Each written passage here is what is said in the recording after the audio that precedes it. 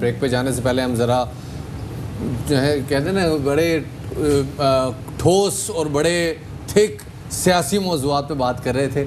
अब ज़रा ब्रेक के बाद वापस आते हैं और उन हवालों से बात करते हैं जिनमें आपकी और मेरे ख्याल में हम में से पाकिस्तान में ऐसा कोई शख्स नहीं है जिनकी इन साहब से दिलचस्पी ना हो। बिल्कुल जी, हम ज़रा बात कर रहे हैं अपने थिएटर्स के हवाले से, अपनी फिल्म इंडस्ट्री के हवाले से, क्योंकि कोविड-19 की वजह से जहाँ पर बेरोज़गारी बहुत ज़्यादा फैल गई है। हमारे जो स्टेज के आर्टिस्ट हैं, स्टेज के आर्टिस्ट तो फिर उन्हें अच्छा अगर कमाया होता है तो वो अच्छा सर्वाइव कर होते हैं, लेकिन जो साथ में उनके पीछे पूरा सपोर्टिंग स्टाफ होता है।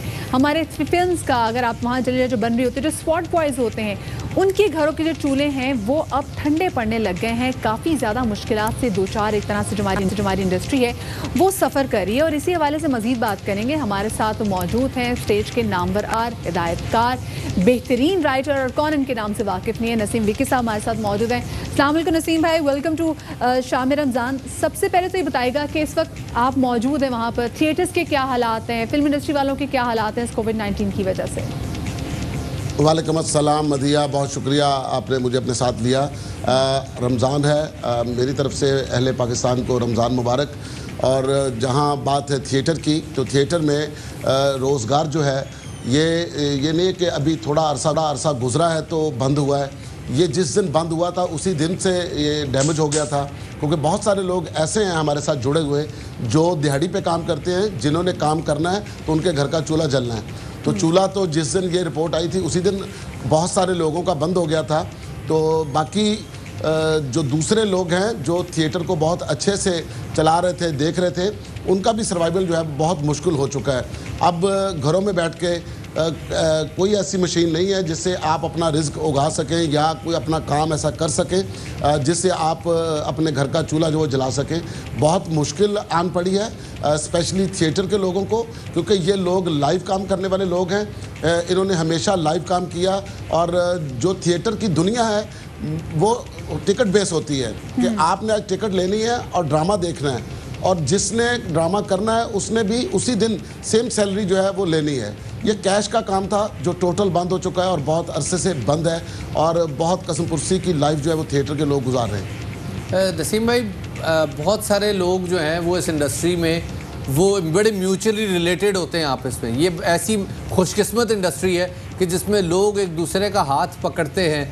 कोई आर्टिस्ट ने अपने तौर पे भी कोई बंदोबस्त किया है ऐसे लोगों की दाद रसी के लिए कि जो दिहाड़ी पे थे और अब आजकल ज़रा अंडर प्रेशर है, क्योंकि थिएटर तो बहुत लंबे अरसे के लिए अब बंद है? जी शफात, इसमें यह है कि जो थिएटर के लोग हैं उनमें जितने भी मतलब बड़े नाम हैं वो सारे अपने तय कुछ ना कुछ कर रहे हैं। हमारा एक अदारा है, अल्लाह जानता है, सखी सरवर भट्ट साहब उसको रन करते हैं। तो उसमें अभी तक जो थिएटर के लोगों के अंदर जो डिस्ट्रीब्यूशन हुई है, जो लोगों में राशन तकसीम हुआ उनके घरों में जाने के लिए, वो कम से कम अभी तक जो लागत है वो 38 लाख की है।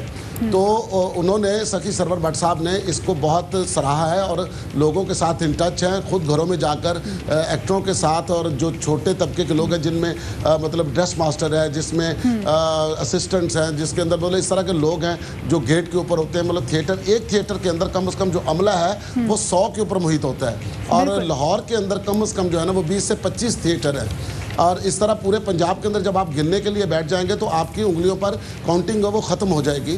तो इन लोगों का ख्याल रखना मतलब अच्छा नसीम भाई बताएगा कि जब अमानुल्लाह साहब ने जब इस दुनिया से रुखसत हुए थे तो उसके बाद एक ताज़ियती रेफरेंस हुआ था जिसमें फ़याज़ हुसैन चौहान साहब जब आए थे तो उन्होंने बड़ा क्रेडिट लेने की कोशिश की थी कि बड़ी वो खिदमत करें और उनके आस्थाने पर जो भी आता है वो खाली हाथ कभी नहीं जाता।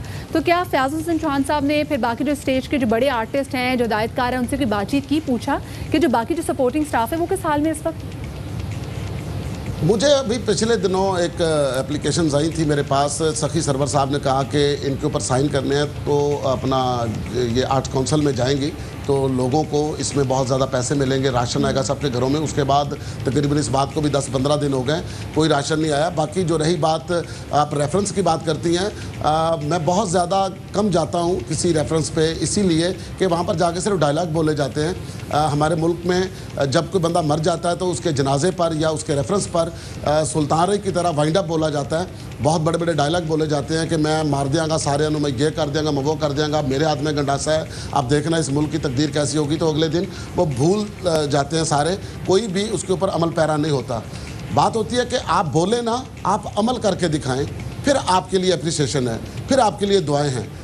भूख जो है वो खुद ना बोले, तो भूख जब किसी घर में होती है तो वहाँ पर आप पहुँचे, बजाय आप इसके कि डायलॉग बोलें, आप अपने आप को हाईलाइट करें। उस दिन सिर्फ आपने जो अपना डायलॉग बोल के दाद वसूल करनी है, उसकी बजाय आप प्रैक्टिकल काम करें, तो फिर आपको ये कहलवाने की ज़रूरत नहीं पड़ती, लोग खुद ही आपके बारे में कहना शुरू हो जाते हैं। बड़ा कीमती नुक्ता दिया आपने, बहुत बहुत शुक्रिया नसीम भाई, हमारे साथ मौजूद थे। ख़वातीन हज़रात, मारूफ स्टेज आर्टिस्ट, राइटर, हिदायतकार हमारे साथ मौजूद।